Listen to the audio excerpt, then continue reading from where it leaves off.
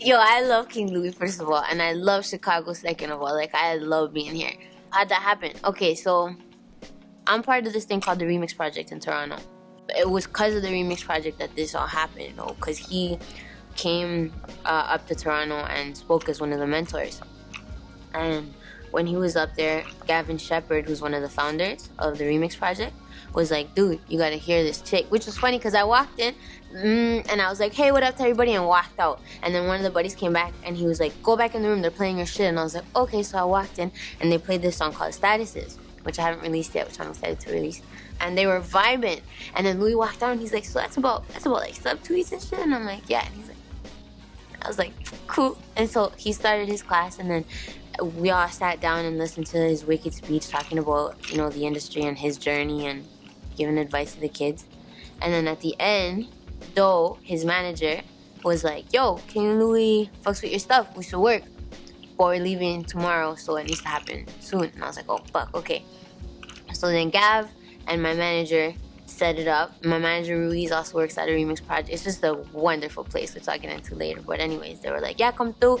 But the studio didn't work out, so we ended up at a condo downtown. And what's crazier is Doc McKinney, which is he's sick. He's so sick. He's one half of the production team that helped curate The Weeknd when he started. Spooky Black, who's one of the artists that he's working with right now. Wonder Girl, who's this wicked female producer who also came out of the Remix Project. Redway, which was a wicked rapper that unfortunately passed away. He's from Toronto and he was a legend in Toronto. He's sick. Sean Leon, who just performed yesterday, who's also mad sick, and King Louie. And so everybody's there and everybody's just like playing beats and watching, and you know, like a little condo with all those people in, and all that was getting done. And I'm like, fuck, I'm gonna waste this opportunity, like nothing's happening. And I had my guitar right there and I was like, man, fuck this. And I walk up to Leon, I'm like, yo, you wanna jam?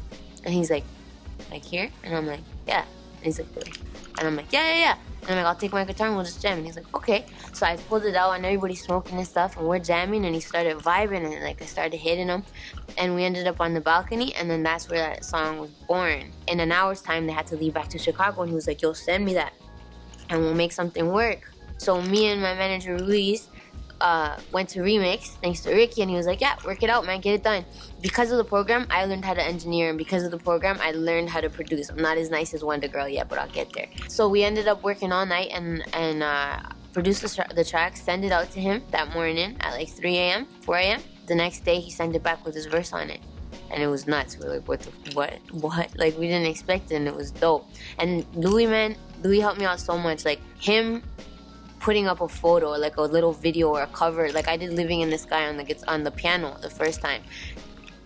That love, you know what I mean? Like, he has so many fans already because his music is so dope, and a lot of those people wouldn't, like, Chicago wouldn't have known about me then if it wasn't for him. And I'm forever grateful. That's so dope. That was great. Making that track was fun as hell.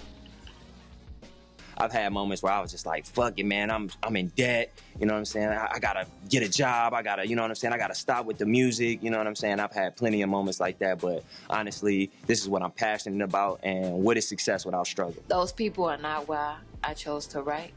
Those people aren't who initiated my passion for music, so you just gotta be able to say fuck them and keep going. As soon as I walked in there, hundreds of people, man. I got chills in my body. I froze up for a minute because I'm like, all these people came here for me. I knew from that point on, I had something great. And someone in the crowd was like tugging on my pants, right? And these are like my like cargo overalls. So like they're pretty big on me, but like the buttons can like get easily undone easily. So like someone's like tugging on my pants and I'm like, what the fuck's going on?